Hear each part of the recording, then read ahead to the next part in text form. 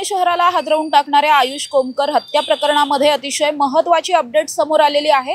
या सगळ्याच प्रकरणामध्ये आतापर्यंत 13 पैकी 8 आरोपी अटकेत आहेत। या सगळ्याच आरोपींवर मकोका अंतर्गत कारवाई करण्यात आलेली आहे आणि याच कारवाईच्या नंतर पुणे पोलिसांच्या गुन्हे शाखेने आणि त्याचबरोबर समर्थ पोलीस ठाण्याने एकत्र मिळून काल सायंकाळच्या सुमारास बंडू अंदेकरच्या घरावर छापेमारी केली होती। त्याचबरोबर या सगळ्या प्रकरणामध्ये त्याची जी मुलगी आहे, जिचा या सगळ्यामध्ये सहभाग आहे, जी स्वतः आता या सगळ्यामध्ये पोलिसांच्या ताब्यात आहे, ती वृंदावनी वाडेकर, तिच्या घरावर सुद्धा छापेमारी करण्यात आली आणि या छापेमारीमधून प्रचंड मोठं कोट्यवधींचं घबाड जे ते पोलिसांच्या हाती लागलेलं पाहायला मिळतंय। खरं तर या सगळ्याच प्रकरणामध्ये आपण बघतोय की काल परवा दिवशी रात्री खरं तर मकोका अंतर्गत कारवाई करण्यात आल्याची नोटीस जी ती पोलिसांकडून तसं जाहीर करण्यात आलेलं होतं।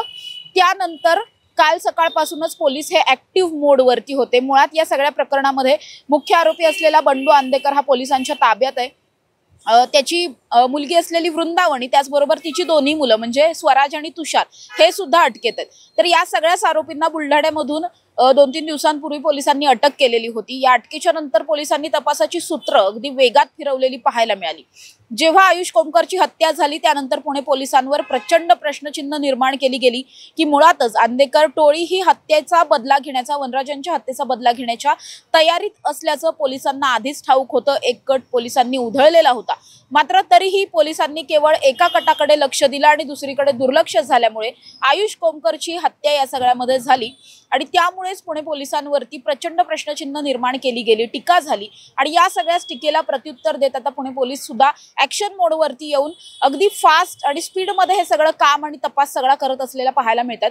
आता जर आपण पाहिलं तर ज्यावेळी मकोक्याची कारवाई झाली त्यानंतर लगेचच पोलिसांनी छापेमारीसाठीची पुढची जी त्यांची प्रोसेस होती ती प्रोसेस सुद्धा पूर्ण केली आणि त्या सगळ्याच्या नंतर काल म्हणजेच गुरुवारी सायंकाळी 5 वाजल्याच्या सुमारास बंडू अंदेकरचं जे घर आहे नाना पेठेतलं त्या परिसरात किंवा त्याची 2-3 घर आहेत या सगळ्या ठिकाणावरती पोलिसांनी छापेमारी केली। यामध्ये समर्थ पोलीस ठाण्याचे वरिष्ठ सगळे पोलीस अधिकारी आहेत जे ते होते, त्याचबरोबर गुन्हे शाखेचे पोलीस होते।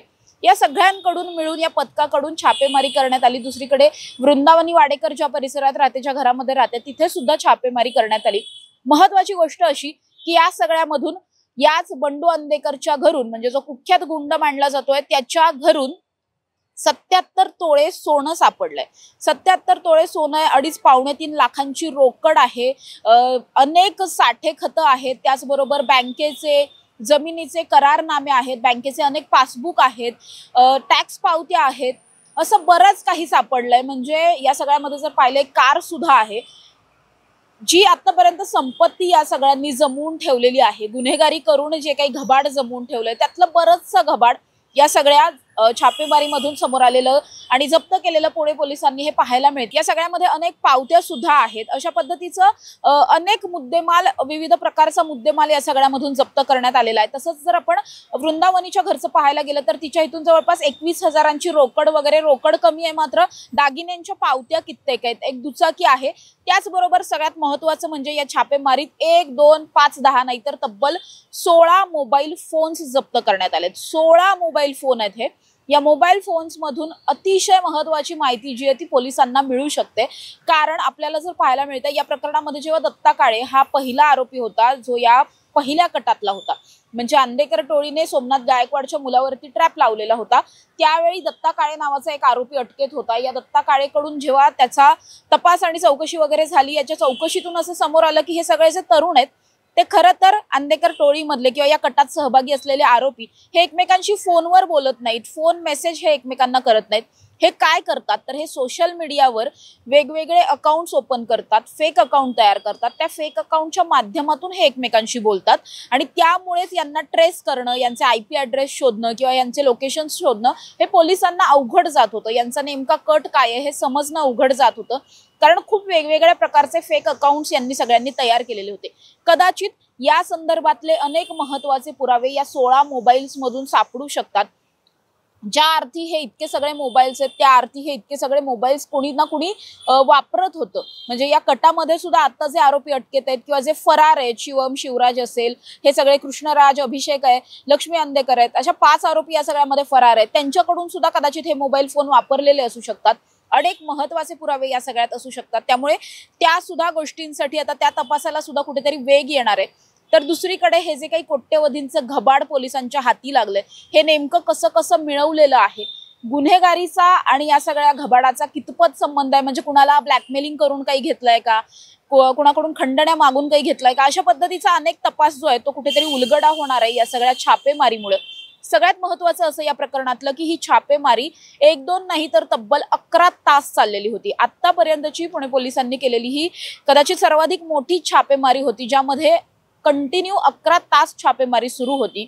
या छापेमारीमधून कोट्यवधींचं हे सगळं घबाड आता पोलिसांच्या हाती लागलंय। हे सोडून सुद्धा अंधेकर टोळीचं, बंडू अंधेकरचं स्वतःचं किंवा त्याच्या मुलांचं कुठे कुठे काय काय त्यांनी म्हणजे घरं घेतलेली आहेत किंवा जमिनी आहेत किंवा असं काय काय त्यांनी नेमकं करून ठेवलंय, कुठे पैसे इन्व्हेस्ट वगैरे केलेले आहेत का, असा सगळाच तपास आता पोलिसांकडून केला जाणार आहे। त्यामुळे हा सगळाच गुन्हा हा केवळ आता हत्येचा गुन्हा राहिलेला नाहीये, तर अंधेकर टोळीला पूर्णपणे नेस्तनाबूत करण्यासाठी पुणे पोलिसांना जे जे काही करता येईल तशा पद्धतीची पावलं उचलण्यात आलेली आहेत। कारण जर आपण पाहिलं तर पुण्याचे पोलीस आयुक्त अमितेश कुमार हे ज्यावेळी पुण्यात रुजू झालेले होते त्यानंतर त्यांनी या सगळ्या गुंडांची एक रॅली वगैरे काढली, एक परेड काढली आणि त्यांना ठणकावून सांगितलेलं होतं पुण्यात गँगवॉर भडकायला नको, गुन्हेगारी भडकायला नको। मात्र तसं काही झालं नाही खरं तर। त्यानंतर जे व्हायचं तेच झालं, जसं आधीपासून चालू होतं तसंच सगळं पाहायला मिळालं। मात्र वनराज अंधेकर यांचा खून आणि त्याच्यानंतर आता आयुष कोमकरची हत्या, या 2 प्रकरणांमुळे पुणे पोलिसांवरती प्रचंड टीका झाली। पुणे पोलिसांच्या संपूर्ण कामगिरीवरती प्रश्नचिन्ह निर्माण करण्यात आली आणि त्यामुळेच ही प्रश्नचिन्ह हटवण्यासाठी आता पुणे पोलीस ऍक्शन मोडवर आलेत। ज्या ज्या पद्धतीने या अंधेकर टोळीचे सगळी सूत्र जी आहेत ती पोलिसांना उघड करता येतील, या अंधेकर टोळीचे आतापर्यंत जे काही कारनामे आहेत, ह्यांचा जो काही मोडस ऑफ ऑपरेंडी जशा पद्धतीचं राहिलाय ते सगळं पाहता येईल। ही टोळी नेमकी कशी काम करते, यांचे आत्ताचे नवीन सूत्रधार कोण आहेत, हे सगळंच किंवा या टोळीच्या माध्यमातून अनेक जे काही गैरकारभार सुरू असतील हे सगळंच उघडकीस आणून ही टोळी संपवून टाकायची, नेस्तनाबूत करायची, अशा पद्धतीची भूमिका कुठेतरी आता या सगळ्या पावित्र्यात पुणे पोलीस असलेले पाहायला मिळतात। त्यामुळे आता या सगळ्यामधून आणखीन काय काय समोर येते आणि आता हे जे काही घबाड समोर आलंय यातून नेमकं काय काय पोलिसांना माहिती मिळतीये, या फोन कॉल्स मधून, या मोबाईल्स मधून नेमकं काय काय समजतंय, या सगळ्यावर खरं तर पुढची दिशा पोलिसांची ठरणार आहे आणि पोलिसांच्या तपासात काय काय समोर येतं यावरच ही केस किती स्ट्रॉंग होणार आणि पुण्यातून अंधेकर टोळी कायमची संपणार का हे पाहणं महत्त्वाचं असणार आहे। अर्थात मकोक्याची कारवाई झाल्यामुळे ऑलरेडी अंधेकर टोळीचा, मुळात अंधेकर कुटुंबाचा पाय प्रचंड खोलात आहे।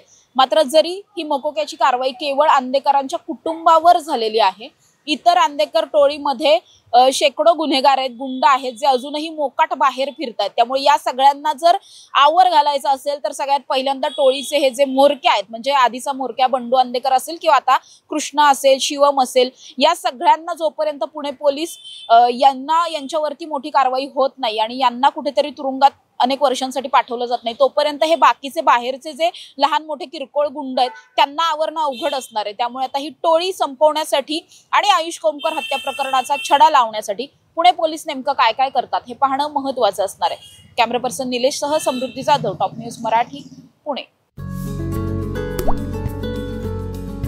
आता जोकासू STP या अत्याधुनिक जॅपनीज तंत्रज्ञानाने सुसज्ज, quick installation, energy efficient, noiseless blowers, low maintenance या आणि अशा वैशिष्ट्यांनी परिपूर्ण जोकासू STP तंत्रज्ञान प्रकल्प उभारणीपासून ते विक्री पश्चात समाधानकारक सेवा देणारी, भारताबरोबरच परदेशात देखील प्रकल्पांची यशस्वी उभारणी करणारी company Deccan water treatment private limited.